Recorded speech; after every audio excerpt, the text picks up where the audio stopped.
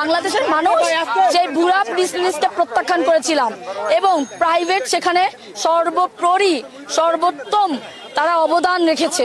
এবং আজকে বলতে চাই, আপনারা যে এরকম সিন্ডিকেট ভিত্তিক এবং এত মানে সুন্দর করে সাজিয়ে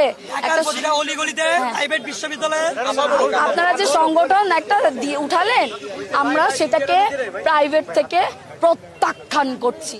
আমরা আপনাদের এরকম সিন্ডিকেট ভিত্তিক এইটা মানি না। 17 জুলাই ঢাকা বিশ্ববিদ্যালয় বন্ধ করে দেওয়া হয়েছিল, যখন তারা গাট্টি গুস্কা নিয়ে বাড়িতে চলে গেছিল, এই মেয়েরাই আমরাই রাজপথে নেমেছি তাদের জন্য। তাদের রক্তে আমরা কিন্তু আমাদের চোখে পানি আসছিল। তাদের এটা সবসময় চিন্তা করা উচিত যে আমরা কাদের গায়ে হাত তুলতেছি, আমরা কাদের সাথে বৈষম্য করতেছি।